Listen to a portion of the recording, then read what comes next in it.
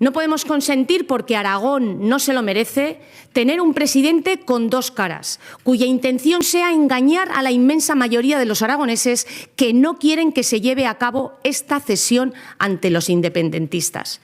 Desde el Partido Popular vamos a volver a dar la oportunidad al presidente Lambán para que elija entre ponerse al lado de todos los aragoneses y de la inmensa mayoría que no quieren esta cesión al independentismo, o bien elegir al Partido Socialista. Lambán claramente se ha posicionado al lado de Sánchez.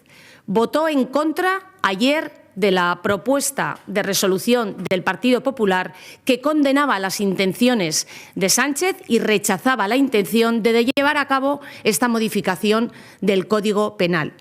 Aragón no se merece un presidente que está cediendo la lealtad de Aragón al conjunto y a la unidad de España solamente con la intención de reforzar, como digo, al Partido Socialista. Tiene Lambán, una vez más, la oportunidad de demostrar que tiene la valentía, la coherencia y la lealtad hacia todos los aragoneses en lugar de someterse a las tesis y a las derivas de cesiones que está protagonizando el presidente Sánchez.